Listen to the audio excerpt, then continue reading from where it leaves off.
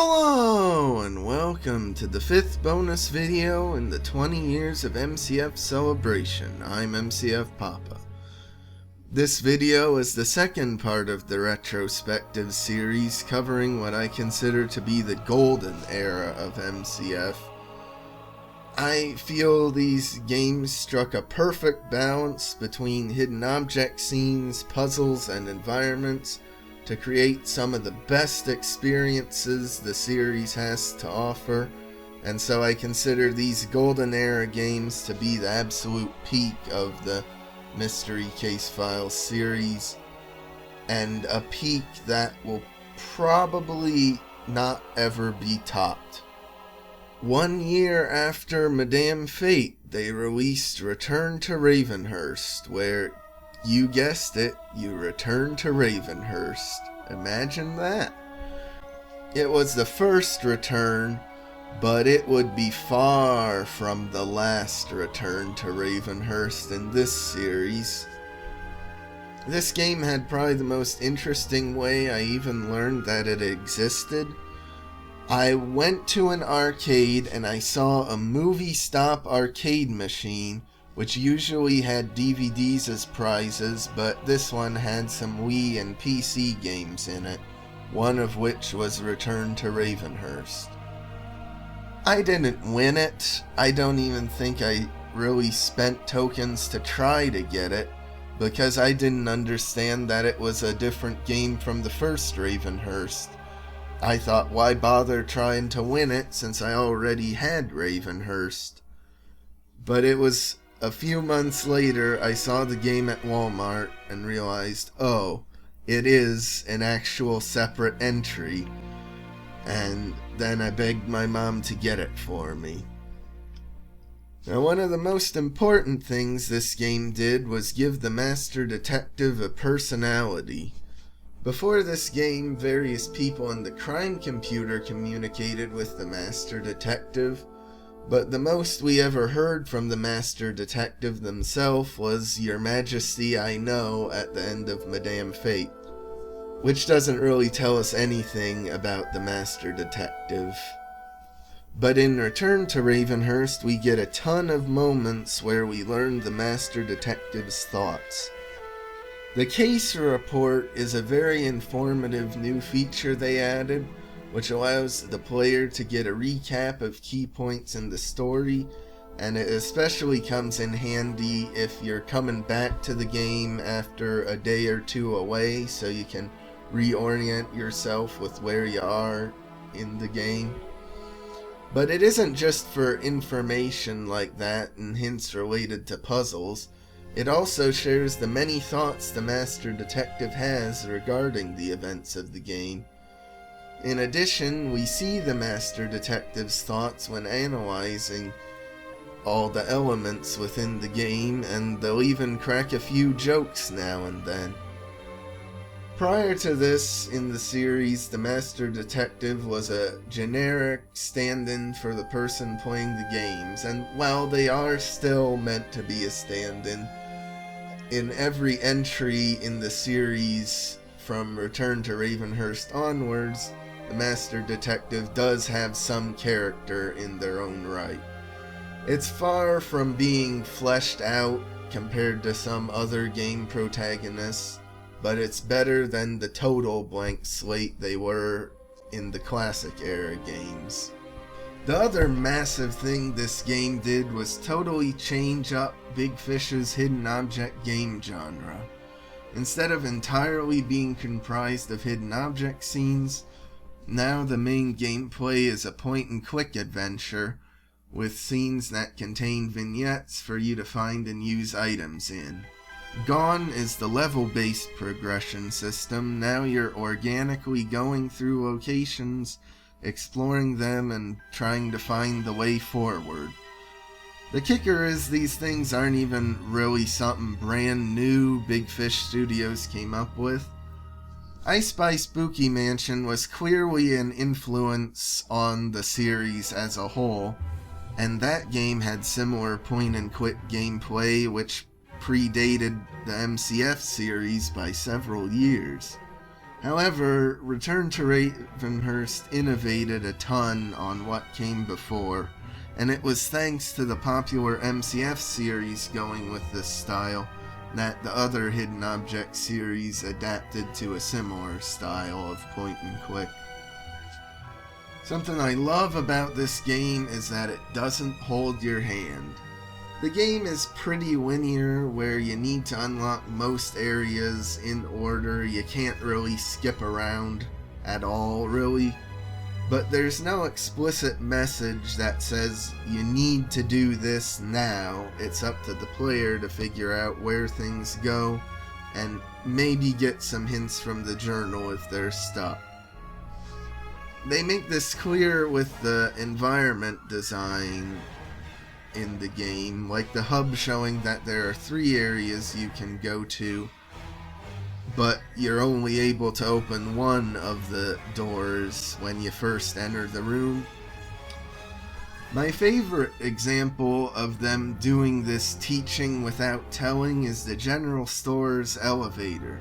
You have to go down the elevator at least twice since you need to free Rose, but first you need to get the gold key from the boat hidden object scene, then go back up and use it to get the rust remover, then go back down to open the grate into the area with Rose's body, who will give you the last marble you need to enter the next area of the game. But every time you go in the elevator, it doesn't let you go directly from the middle floor up to the top.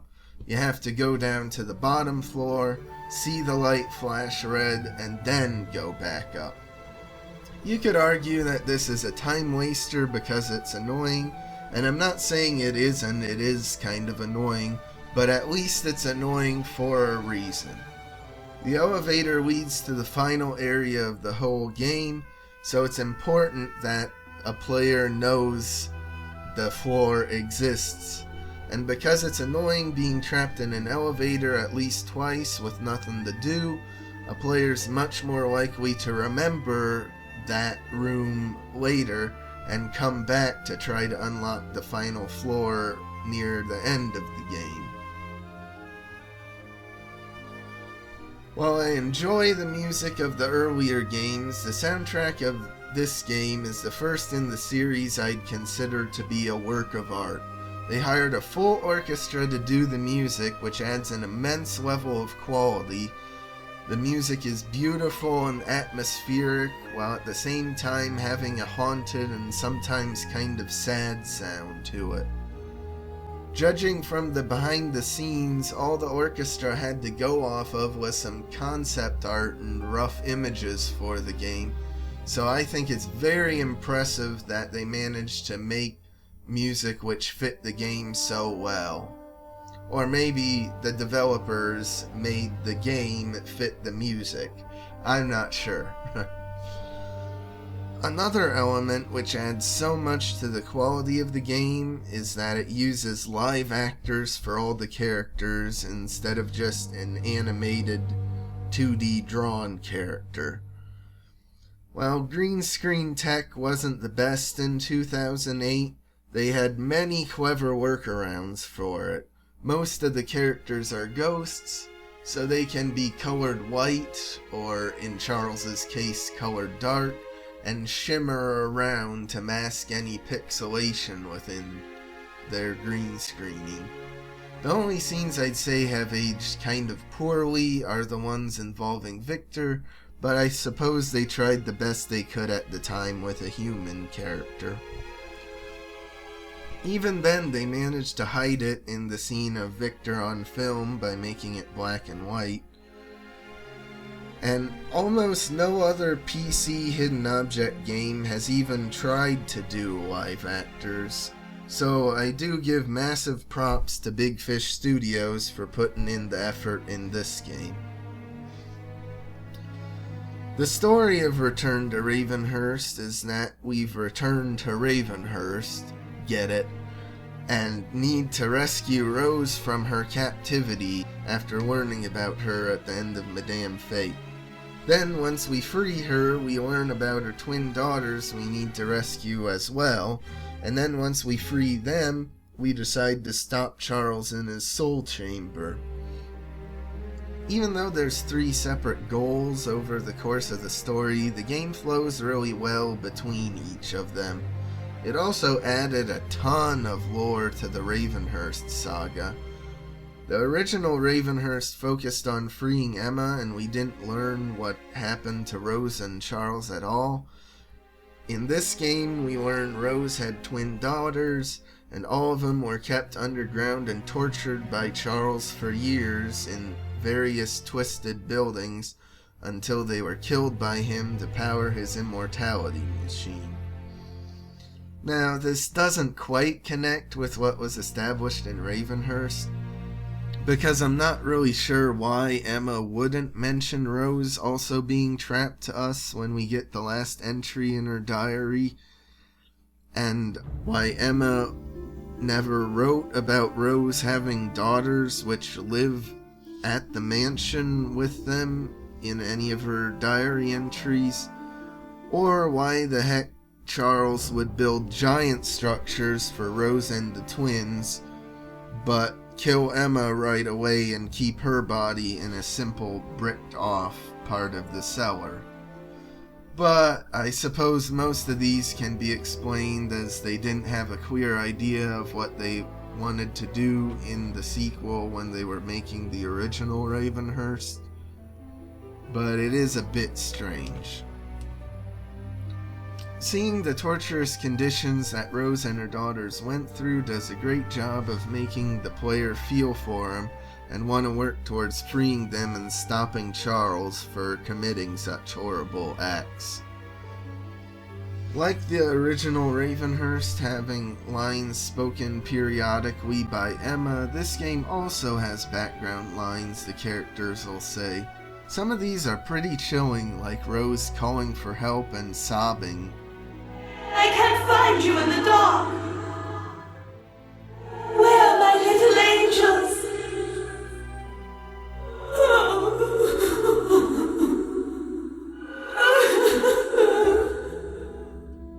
Probably the most disturbing line is this one that the twins can say. He made us go to bed forever. However, these lines don't play nearly as often as Emma's did in Ravenhearst. Each of the characters, Emma, Rose, the twins, and Charles, have 12 voice lines that can potentially play, but on an average playthrough, you'll likely only hear about 2 or 3 of them from each of the characters. Maybe even less for Emma, since the lines only play in the short first part of the game before you open the fireplace and meet Rose's ghost. Please don't leave them. You must stop him. This place is evil. Speaking of Emma, it's very strange that they gave her such a small role in this game. She appears when you open the Ravenhearst gate and can say some background lines until you meet Rose, but then she doesn't show up again until the ending scene walking with the other freed spirits. It would have been great to see her interact with the other spirits at times, or at the very least pop up to help the master detective and offer encouragement over the course of the game, but they didn't do that. I'm not sure why. Another aspect of the story I don't care for is how little Charles is actually in it. He just shows up in the final act having returned from Fate's Carnival, and then he's in the Soul Chamber and gets defeated by the Master Detective. I would have expected him to do a lot more since Madame Fate's ending established him as a big threat, and that was, I thought, the whole point of him hijacking the game's ending for the sake of killing Madame Fate and tying into Ravenhearst. But then they didn't really follow up on it. It's weird how it seemed in the end of Madame Fate he tried to attack the Master Detective, but then at the start of this game we're totally unscathed. And it seems like the Master Detective must have hightailed it back to Ravenhearst immediately after the events of Madame Fate, but it's still very strange how we're able to beat Charles to the mansion by several hours. I guess the Master Detective's car is just a whole lot faster than an immortal ghost? I don't know. Something interesting in the game is that it includes secrets which don't really seem to have a point. There's a little riddle in the end credits you can solve to obtain a phone number. Entering it on the phone in the toy shop will give a strange message from a guy talking in a French accent whom I call the Frenchman. And if you backtrack up to the attic, you can do the hidden object scene a second time to obtain a record and place it on the phonograph, which plays a backwards message that you can reverse to give another message from the Frenchman.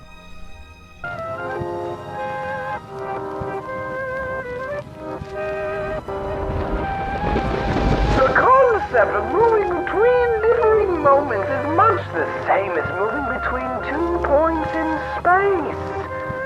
One must go forward in reverse. These seem to be just fun Easter eggs, but their inclusion is still quite bizarre, especially since the phonograph has its own vignette, like it's something with an important purpose instead of just an optional Easter egg thing. And even though the game has us returning to Ravenhearst, something that's always disappointed me is that there weren't that many rooms from the original we actually revisit. The first game had 32 rooms, but only 6 show up in Return to Ravenhearst. The front porch, the parlor, the kitchen, the attic, the library, and the theater. And of these 6 rooms, none of them look anything really like they did during the first game. The one that comes closest, I'd say, is the parlor with its painting over the fireplace, but even then, tons of things are moved around from how the room was laid out in the first game. And I really wish they had expanded exploration of the manor, especially with the novelty of now being able to point and click to move around rooms. Where's the game room? Where's the master bedroom and bathroom? Where's the widow's walk? But while there are a few elements where I feel the game could have been better, overall Return to Ravenhearst is a really fun game I enjoy still to this day to replay every so often. I guess I had matured in the 2 years since the first Ravenhearst, so I didn't have any nightmares caused by this game. I think it was thanks to this game's fun puzzles and interesting hidden object scenes that even though the subject matter was pretty dark, it didn't bother me as much, and something I still love to come back to. Plus, I love how much detail they managed to pack into the rooms you visit, with tons of decorative animations and things you can investigate for bonus flavor text. This game set a new standard for what the series could be, and yet, in their very next entry, Big Fish managed to top themselves again. The year after Return to Ravenhearst, they released Dire Grove, and hoo boy, what a game it is! The game took the elements introduced in Return to Ravenhearst, live actors, point-and-click gameplay, environmental immersion, and refined pretty much all of them to create a game that many MCF fans still hold as their favorite. Just like I love playing Madame Fate in fall, I love playing Dire Grove in winter. It's been a tradition that usually around the first really bad significant snowstorm of the year, then I'll replay Dire Grove. The inciting incident for this game is probably the simplest in the series. The master detective is driving home after the events of Return to Ravenhearst when his car gets stuck in snow. It's great that the intro cutscene isn't an isolated teaser of the game's story, but just the master detective driving until the car gets stuck, with the title screen itself just being the car's dashboard with a cute little Madame Fate bobblehead you can click on to have her say a few lines. I guess the implication is that he got a souvenir from Fate's Carnival after Madame Fate had died. Maybe he thought it would be a vintage valuable collector's item. I don't know. It's even possible to return to the title screen no matter what part of the game you're at, simply by backtracking to your car and getting in. This is the only time in the series you can just point and click into the title screen, and I think it really helps boost immersion. It's basically luck that we stumbled upon a mystery, but I love the opening for making it clear the master detective is all on their own. We aren't able to drive our car away, and there's nobody around town to talk with or ask for help because they've all left due to the cold. Perhaps the best way this game shows its isolation is through how you progress. Let's compare it with Return to Ravenhearst. In that game, you start in one room where you need to do a hidden object scene and then solve a puzzle in order to get the key to open the gate and progress further. This is great design because it's basically a tutorial for all of the gameplay mechanics without actually feeling like one and not explicitly telling the player what they have to do. When you unlock Ravenhearst's gate, you open up 5 additional rooms, and while you can explore more, it's still pretty restrictive in where you're able to go. Now compare that with Dire Grove's opening, where you have 3 rooms to explore from the start. They do a similar tutorial for the game mechanics, with figuring out the glove compartment code puzzle and the hidden object scene in the trunk. However, a key difference in Dire Grove is you don't actually have to do the tutorial if you don't want to. The item you get from the trunk, the car jack, isn't even needed until about 75% through the game. All the player has to do is collect the video camera and then they can move on to other rooms. And when you go past the opening area, instead of just 5 like in Return to Ravenhearst, you can now freely explore 19 rooms. With Dire Grove, the master detective is in a desolate and hostile environment, and it's up to the player to figure out a lot more for themselves. This game has the most open-ended inventory out of any MCF game. What do I mean by that? I mean, you'll eventually need to do the hidden object scenes and puzzles, but there's a ton of things you can do early on that won't be required until much, much later. For example, there's all the hidden object scenes and items to collect that are related to the 5 items you put in the final puzzle. You can get them as you find them over the course of the game, but if you really want to, you can hold off until the very end before doing any of them. And I'd be remiss if I didn't mention the snowshoes. You need them to get up to the barn area of the game, yet you would never actually physically use them. Just having them in your inventory is enough to allow you to progress up there. I guess they wanted it to be like the master detective strapped them on his feet and is wearing them around all the locations after you got them. But it still seems very strange considering every other item in this and almost every other entry in the series has to actually be physically used somewhere in the environment. The first puzzle in the game that a player's likely to see is the compass puzzle, but they don't actually need to solve it until much later in the game, since all it gives you is a guide to turn the generator on, but you can't until a lot later on. And the kicker is that if a player knows how to turn the generator on, they can totally skip the compass puzzle entirely. And if a player knows the symbols to input in the final room, they don't need to do the phone puzzle either, because all that gives you is a way to open the luggage and get a translation of the symbols. But if you know the answers from a previous playthrough, it never changes. The story content in Dire Grove is mostly found footage from the tapes you find. These depict the 4 students who came to Dire Grove and slowly were taken over by the evil banshee haunting the area. Something that adds to the horror is that nobody in this game ever directly communicates with the master detective. It's either watching the videos, hearing an audio recording or radio broadcast, or hearing the trance-like state each frozen student is in, where they just chant, "I am the blank," over and over again.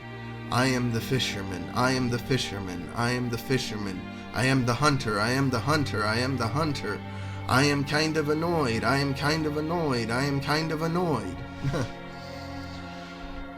And I love the found footage horror this game is going for, but I wish they stuck to it a bit better. There are many moments where the students were filmed from something besides the camcorder, and you can even see the camcorder in the footage several times.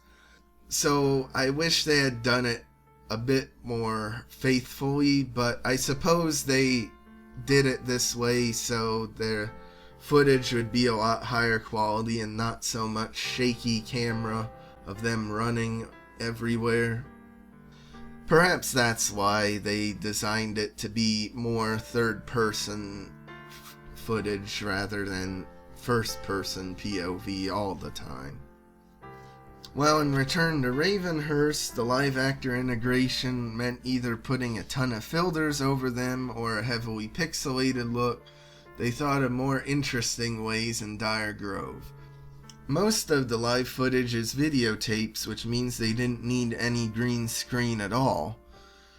When we see the students frozen, they created artwork of the character's body and then added their filmed faces into the scenes. And thanks to the art, they could just draw over the edges to blend it in a lot better. For the Banshee herself, she's fully 3D modeled in her scenes. Except, I think, for the final game ending, it's a real person, but I think it's just a stock footage creepy ghost woman, since no actual actress is credited as playing the Banshee in the credits. But thanks to these techniques, I think Dire Grove's visuals have aged a lot better than both Return to Ravenhearst and even 13th Skull's visuals. The Banshee herself has a fairly simple appearance in her 3D model, but they use it to great effect. Most of the time, it's just a quick flash of her and then she's gone. This is able to scare the player, but since it's so short, a player isn't able to get a good look at her and become more familiar with her. There are a few videos of Banshee scenes they made for the game but cut out. The ones in the forest and the hallway are interesting because the Banshee has a different design in them. I wonder if perhaps early in development they had planned for the Banshee to be a less hostile force, or maybe even have both a good and evil side she switches between. In the final game, the Banshee doesn't really have much of a character at all. She's a woman who was sacrificed and trapped in the cold land of the dead centuries ago, and her spirit only re-emerged thanks to the discovery of one of the long-lost artifacts binding her to the other realm. I suppose they could have given her a personality of her own, but she really didn't need it.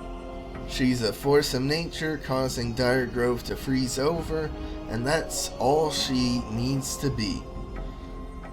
It's cool how when you get closer to the ruins where she's trapped, the snow stones deeper as you walk on it, and it even crawls up the buildings like her powers are stronger as you get closer to her lair. I think if she did speak, even with simple phrases like Emma Ravenhearst, it'd diminish her mystique quite a bit. My favorite detail about the Banshee is you read that people who hear the Banshee's song are going to die, but in the background music of the game for a few tracks you'll actually hear her singing.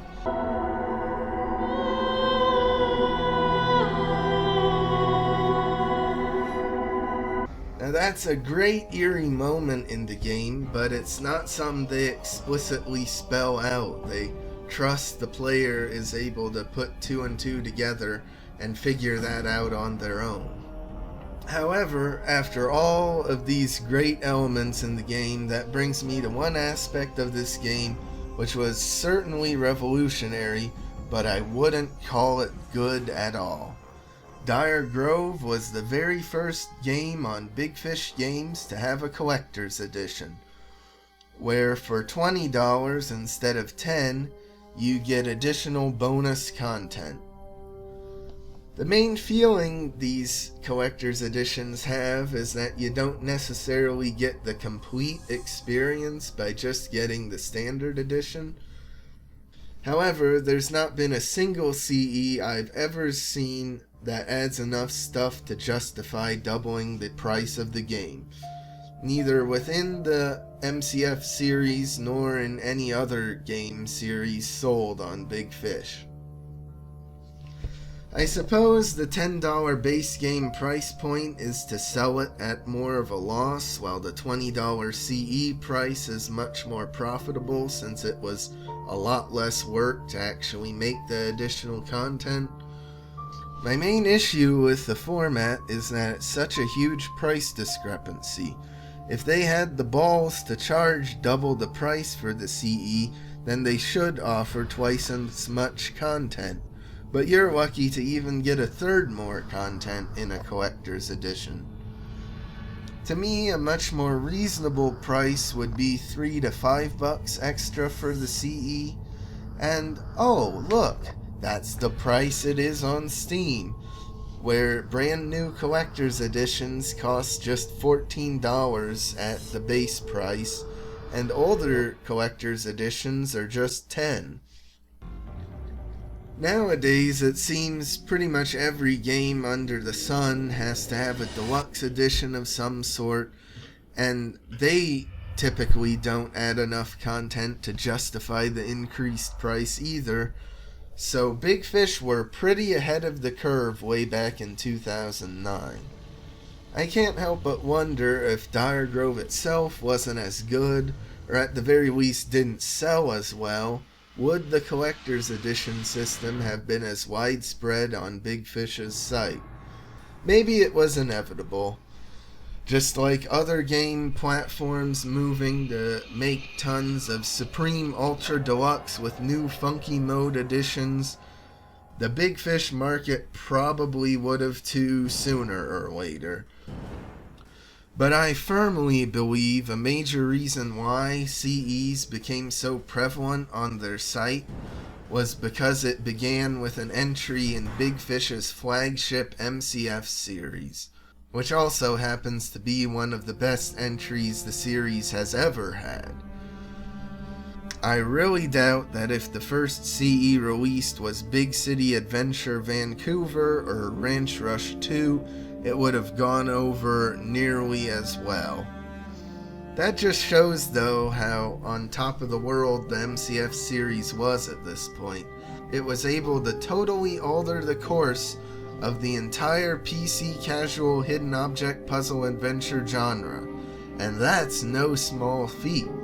But enough talking about collector's editions in general. I just wanted to make it clear that I don't really like any of them, and it's only thanks to my being such a huge MCF fan that I even get the collector's editions. Going forward in the retrospective series, I'm going to talk about the unique elements these CEs add to each of their respective games, and evaluate how good or bad I find the added content to be. But just keep in mind, I don't think any of them, even the ones I really love, are worth double the price. Get them on sale for cheaper. Dire Grove's CE has many features which would become standard in CEs even to this day. These include wallpapers, concept art from early in development, and an in-game strategy guide containing both a game walkthrough and a list of collectibles. However, it's the more unique stuff to Dire Grove which I like a lot more. First off, there are actual achievements to collect in this game, which are related to the story, secrets, and some challenges. Getting them all unlocks a bonus video showing the Big Fish Studios office. While simple, it's a really nice reward which helps you connect with the developers who made the game, who typically are just names on a credits screen. And the video even helps show off Big Fish's sense of humor too. There are also several behind-the-scenes videos with the live actors, as well as 4 Banshee animations that were cut. They added morphing objects to find, which are hidden in almost every room you can explore. While these are a cool extra to search for, unfortunately they don't unlock anything. In Madame Fate, you unlock 3 whole new hidden object scenes for getting the morphing objects, but in Dire Grove, all you get is an achievement. The final and most substantial part of the Collector's Edition is the extra secrets added to the world itself. They added extra hidden object scenes, an additional puzzle, and a secret cellar in the general store. But it's kinda weird that the store has 2 basement areas.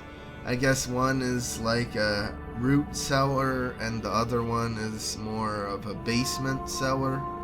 I don't know. There's also a long math puzzle at the end of the credits which allows you to calculate a phone number to call where you can talk to the Frenchman again. While in Return to Ravenhearst, he was more of just a silly Easter egg.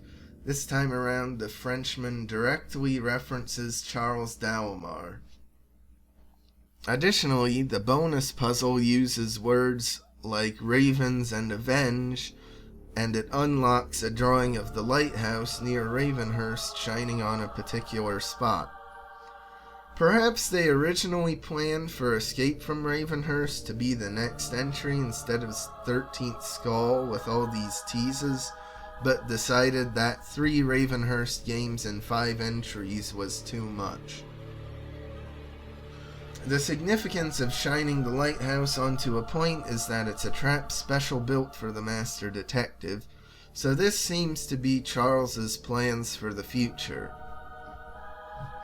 Plus there's the initial CD plus ER carved into the tree, which seems to indicate that Charles himself visited Dire Grove. Given that we learn about Alistair Dalamar having a druid past in Dire Grove Sacred Grove, it's possible that Charles was in Dire Grove trying to tap into his father's powers. I guarantee there were no plans for this when they made the game, but it's very cool that a game 5 years after this can enable a new lore theory. Another detail is that the phone line seems deliberately cut and the receiver seems deliberately hidden, as if Charles specifically did not want us talking with the Frenchman.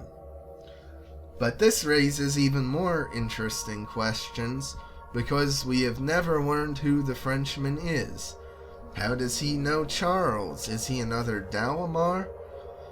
We see in the Dalamar legacy that Charles was skilled at robotics. Was the Frenchman actually one of Charles's robots? Was he originally who Big Fish Studios had in mind to be Charles's father? Why would a record of the Frenchman's voice be in the attic of Ravenhearst unless he was directly related to Charles in some way? I don't know, and sadly we'll probably never find out what his deal was.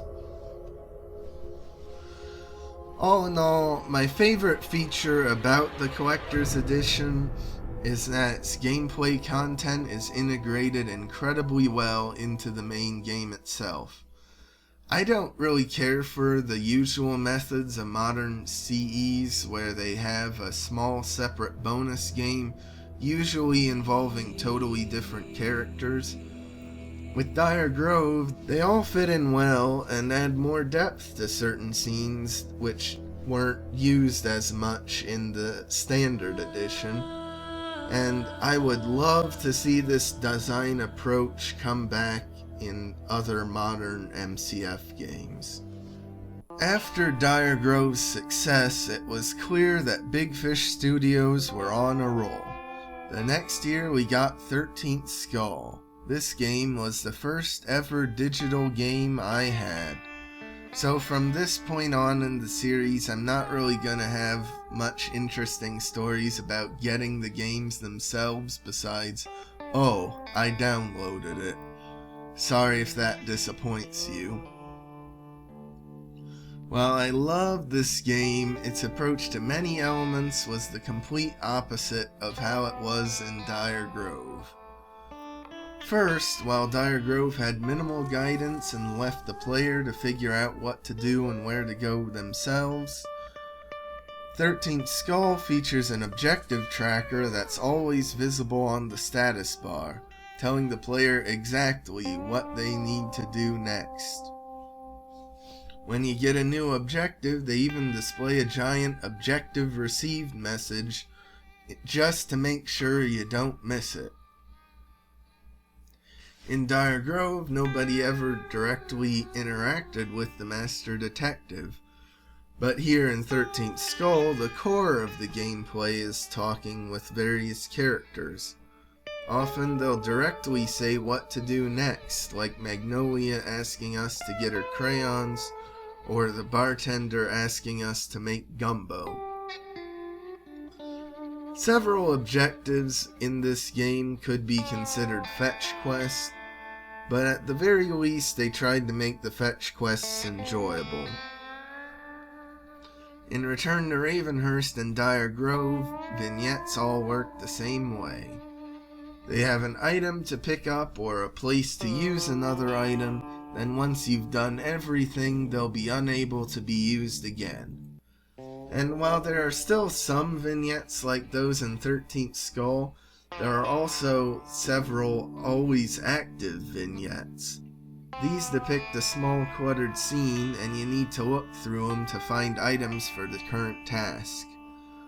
So fetch quests instead become a bunch of mini hidden object scenes, expanding hidden object gameplay past just the sparkling points of the last two games, and integrating it better with the point-and-click rooms themselves.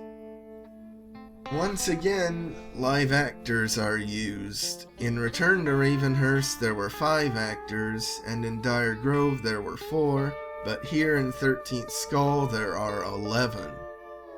If only they had hired 2 more to make a nice even 13.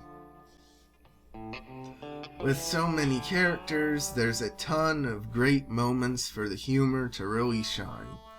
Return to Ravenhearst was going for a more tragic and disturbing story. Dire Grove was going for an eerie and unsettling isolated story, but 13th Skull was much more of a lighter tone classic mystery story, with many colorful characters to meet. Travis Cooter Landry, the shotgun-toting redneck, Mama Amy, the mysterious voodoo fortune teller, Mary Lee, the sassy maid who believes in ghosts while her husband Lewis doesn't. I love all the cast in this game. A few of them look pixelated around the edges, but overall the green screening looks pretty good. They even put in the effort to have lighting on the live actors that matches the background they're in. For example, when talking with Mrs. Lawson in the sitting room, one side of her is lit the same color as the lamp, while the other side is the color of the light from the window. In 13th Skull, supernatural elements were dialed way back. We learn in the opening that allegedly Mr. Lawson was kidnapped by the ghost of Phineas Crown and we need to look for him. However, the only time we see Phineas's ghost is at the very end of the game. What I love about the story is how it implements many pirate motifs, but the main game really isn't a pirate adventure at all. We collect pieces of a map, but we don't even find treasure with it, just skulls. We aren't even haunted by ghostly pirates looking to keep their secrets safe. All this allows for a more unique pirate-themed story, focusing, instead of Phineas Crown's life of piracy, what he did after his life of piracy, killing his crew to keep the treasure safe, rebuilding the same mansion that we explore, pretending to be an upstanding citizen and changing his name to Ashwin Ponser, and hiding various secrets around the area. There's no swashbuckling adventure on the high seas here. It's a grounded missing person mystery. I remember when I first played the game, learning that Mr. and Mrs. Lawson were actually Alice and Dennis Blanston, criminals hoping to get rich off of finding Crown's treasure. That twist blew my mind. And I like how the game hides the twist. In pretty much all hidden object games, the opening cutscene either shows a teaser for the main game's plot or something that's happened before the events of the game. However, with 13th Skull, the intro cutscene is a straight-up lie. Marcus wasn't with Magnolia before hearing ghostly footsteps and being taken by a glowing light. None of that happened. This does a great job tricking the player by messing with how they expect an intro to be true. When Magnolia also lies with a story that corroborates what the intro showed, a player's a lot more likely to believe it because it matches what they were shown. But even though they wanted to keep the twist hidden, at least for the first parts of the game, there are enough hints that a player can still figure out something's off about the Lawson's story. The only missing poster we see in the whole game is posted right at the front of the mansion. There are none anywhere else, even though the Lawsons have a printer and could make a ton more if they wanted. Looking in the paper, there's no mention of Mr. Lawson at all, just the hard-hitting journalism of a toilet seat throwing contest. Cooter doesn't know that Marcus is missing, even though he's just a short walk from the mansion, and the Lawsons could have very easily talked to him about it. Vinton at the tavern says that tracking people down should be the sheriff's business, and yet we never see any evidence of law enforcement even knowing about the case.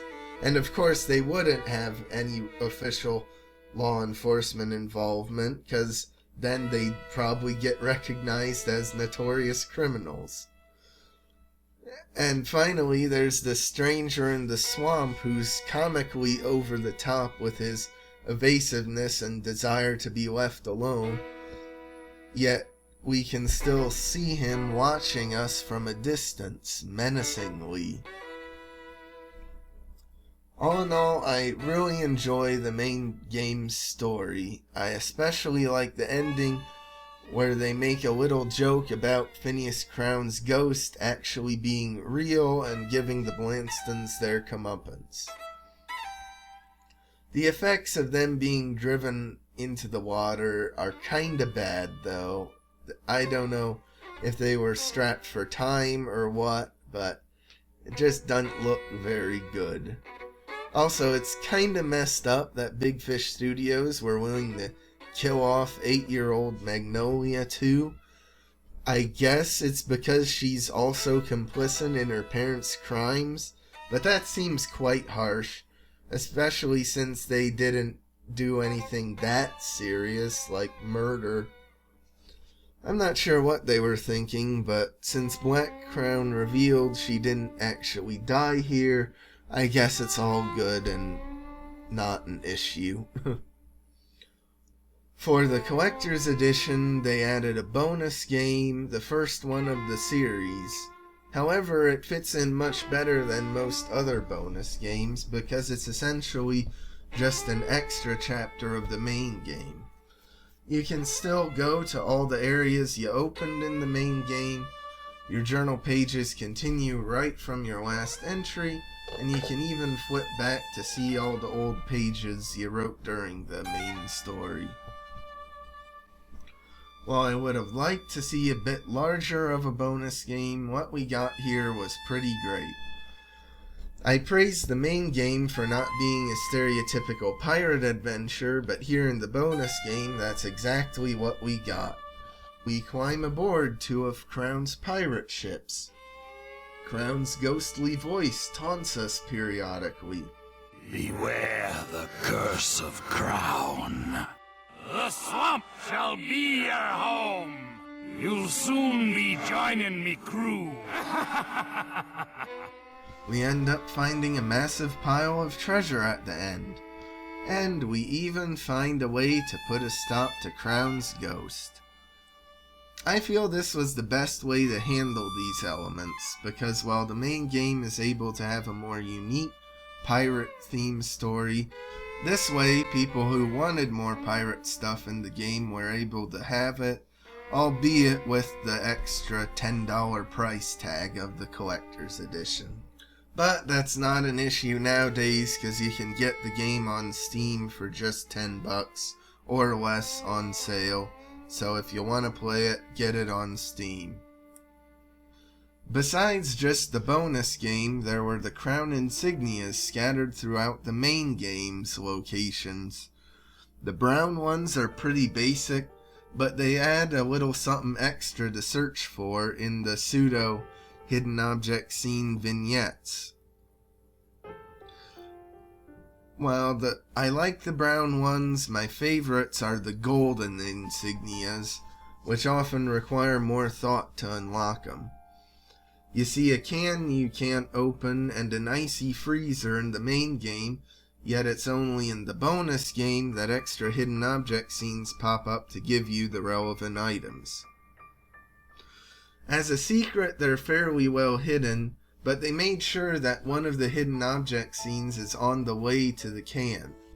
So if a player thinks to go back to the can to see if anything's changed, they'll notice the new scene and understand they need to look for another one somewhere else. So very quickly, here are my top 3 favorite Golden Crown insignias in 13th Skull. Number 3, typing Pippi as the password for the Lawson's computer. A player would likely try obvious passwords, and the computer screensaver even gives a hint by having photos of Pippi on it. I assume Pippi was a real dog one of the developers had, making them the only live dog actor in the series. Number 2, playing the notes BFG on the piano. A fun reference to Big Fish games and one they hint at in the end credits. And it's still simple enough to guess for people who don't know piano keys. Finally, number 1, the insignia hidden on the journal page where you meet Mama Amy. Ever since Return to Ravenhearst, The journal has often had items scattered around its edges as decoration, usually related to the place the master detective is writing about. It fits in well that the golden crown is placed on this page given Mama Amy's mystical psychic abilities. Unlike Diregrove's morphing objects, the crown insignias actually have an unlock for getting them all. There's special emphasis put on the 13th skull, the game's namesake.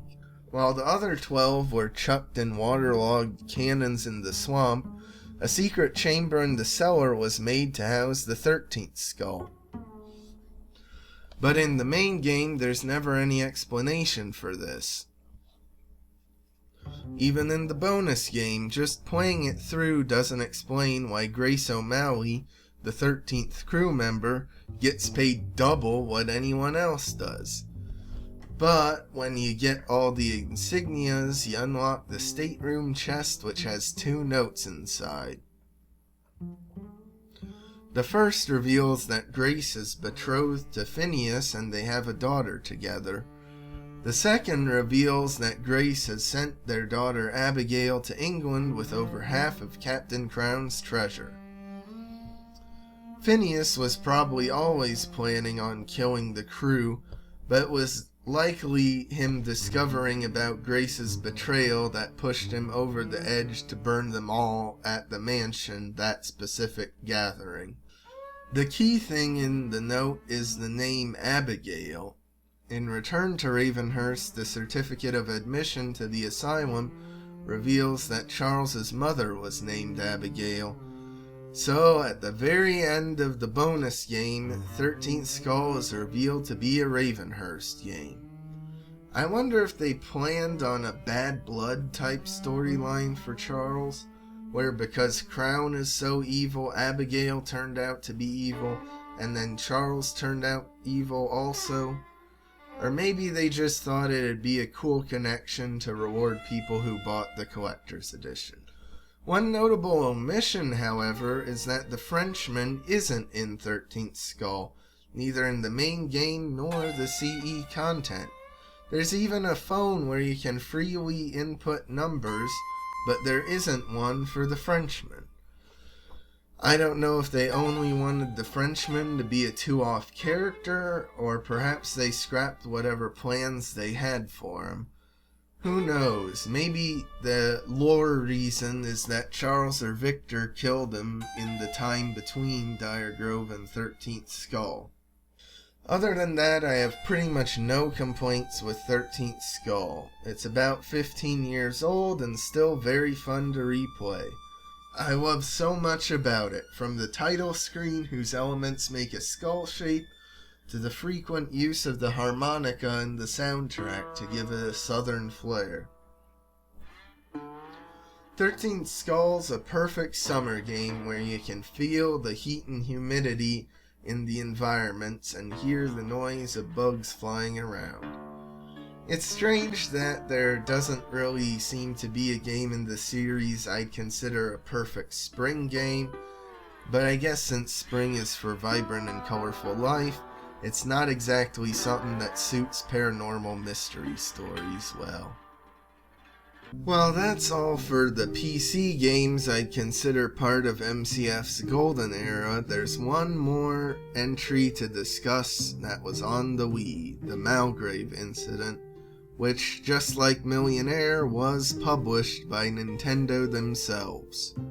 Fun fact, this game's original title was Mystery Case Files Dust to Dust, which was a much more intriguing sounding title if you ask me, and they should have stuck with it.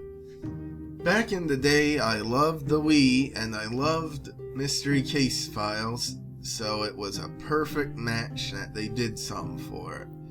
But that being said, while I do love this game, I've played it a lot less than the other Golden Era games. I think that's mainly because if I was playing on my Wii, I'd usually rather play something like Super Mario Galaxy or Donkey Kong Country Returns rather than play an MCF game on it. The coolest thing about this game is that it's a bespoke MCF game made specifically for the Wii. Just like how Millionaire took great advantage of the DS hardware, the Malgrave Incident takes full advantage of the Wii. It's the first and only MCF game in the series to feature fully 3D environments. Though things like the resolution and texture quality of the game aren't up to today's demands for 4K HD or higher graphics, I do really enjoy the art style they went with for the Malgrave Incident, which helps it to have a sort of timeless aesthetic. Even back in 2011 when it came out, if they had done 3D environments like this on PC, I don't think it would have been received very well, especially among the casual PC crowd who weren't likely to have very powerful PCs. While I'd say the graphics are excellent for a Wii game, they aren't really on par with other 2011 PC games like Arkham City or Portal 2. Using the Wii remote as a pointer works great in the game. The hidden object scenes themselves are very high quality in terms of graphics. They might not look that good on a CRT TV like I had when I first played this game, but thankfully they put in a handy feature to zoom in and out of the scenes. Though one small problem I have is because of the different layers, elements of the foreground can sometimes obscure things in background layers. But this isn't that major of an issue, because usually adjusting the zoom level allows you to find the item, and if that fails you can always get a hint. Thanks to the Wiimote cursor, the game feels very different to play than the mouse-controlled PC games. There's even a multiplayer option where up to 4 people can play through the hidden object scenes. They even designed a dust collector in the game to look like a Wii remote. I don't care if it's a bit cliche that a Wii game has something that looks like a Wii remote. I love that they did that. While there's a similar amount of puzzles in this game compared to other Golden Era games, they made sure to 3D model all of them as well.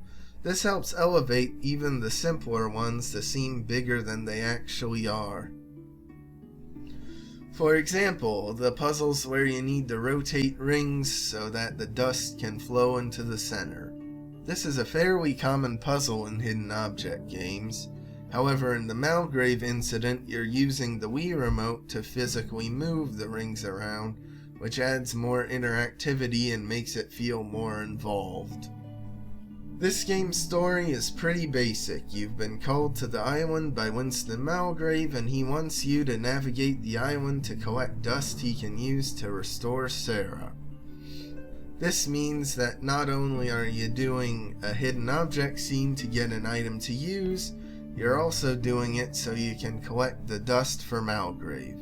They actually thought of a plot reason for hidden object scenes to have a bunch of sparkles in the world. It's due to the dust found in them. That being said, there are several points in the game where you need to backtrack just for the sake of doing a hidden object scene again. Even though there are useful items to find from these reused scenes, doing a scene a second time feels a lot more like padding than it did in other MCF games. And what doesn't help is that often you are just backtracking for the sake of the hidden object scene. You don't have any other puzzles or things to do in the environment as a secondary reason to backtrack there. Winston is the only character who talks to you for most of the game. In the very last part, we also meet his daughter, Rebecca. Other than those two, there's Rebecca's grandfather, Elmore Bly the inventor, and Winston's wife, Sarah, both of whom died before the events of the game. It's disappointing to essentially have only 2 characters for the story, and there are barely any cutscenes in the game. After the intro, there are a few short cutscenes introducing the new areas you visit, but the next story cutscene doesn't happen until Winston tries to trap us in his basement at around the 90% point of the game. Then there's one immediately after where we meet Rebecca and learn Winston's backstory, and then there's one for the ending of the game where Winston's defeated and turned into a little kid. There's basically only 4 story cutscenes. I'm not sure if they didn't have much budget for animation or what, but it leaves the game feeling fairly sparse story-wise, since most of the time it's just Winston nagging us to get more dust for him. I understand the story they were going for, with Winston's obsession to harness immortality literally blowing up in his face, but I feel there should have been more people left on the island besides just Winston and Rebecca. Maybe have Elmore Bly still be alive and available to talk to. Maybe there's a villager who's stuck around that could tell us more about the island in its prime. Without having anyone to physically interact with, the game kind of creates a similar sense of isolation as Dire Grove, but in Dire Grove the isolation was to add to the horror and boost the Banshee as a villain. In the Malgrave Incident, the game isn't really going for horror at all, so it just makes the areas you visit feel empty. The story is pretty weak, I feel, especially after 3 excellent stories in Return to Ravenhearst, Dire Grove, and 13th Skull. Because of this, I was even hesitant to call the game part of the Golden Era of MCF. However, I feel its 3D environments give a higher level of quality that not even the other Golden Era games can reach. Thankfully, I don't really have any other major complaints with the game. The only other more minor thing that bugs me is you can acquire a can opener and a head for the Winston Malgrave statue, but these items have no purpose anywhere in the game. It feels like an oversight, like they forgot to implement a use for them before shipping the game out. And still to this day, some people ask, what the heck do you use the can opener and the Winston Malgrave head on, but they don't have any use. For collectibles, there are 2 major types to find: postcards and photo items, which are scattered across the game. Most locations have one or both of these collectibles. The postcards all feature some very nice artwork. My favorite is the barn one, which shows the killer robot built from a tractor. By collecting all the postcards, you unlock 2 hidden object scenes in the plaza and the barber shop. These scenes are unique in that you find bunches of the same items instead of 12 distinct items, but this makes them incredibly easy because pretty much the only items in the scene are things you need to find. So by clicking everything, you can clear out the scene. I find it quite strange, though, that these scenes don't give you anything else as a reward for doing them, but I guess they had to stop giving rewards somewhere, or still to this day the game would be giving out rewards. Speaking of scenes, the game has a great feature where after you complete the story, you can go through and replay every single hidden object scene as many times as you want with a randomized item list. I absolutely love this, and it's something I would have killed to see in every other classic and Golden Era MCF game. Sadly, by the time the PC MCF games got around to including replayable hidden object scenes, they had done away with randomized items. The other collectibles are items depicted in a photo you find, and these come in sets of 5. Tiaras, teddy bears, pocket watches, and kites. When you collect all the items in a set, you unlock a small cutscene which gives you a bit more lore about one of the characters. It's not much, but it's a nice reward for collecting them all.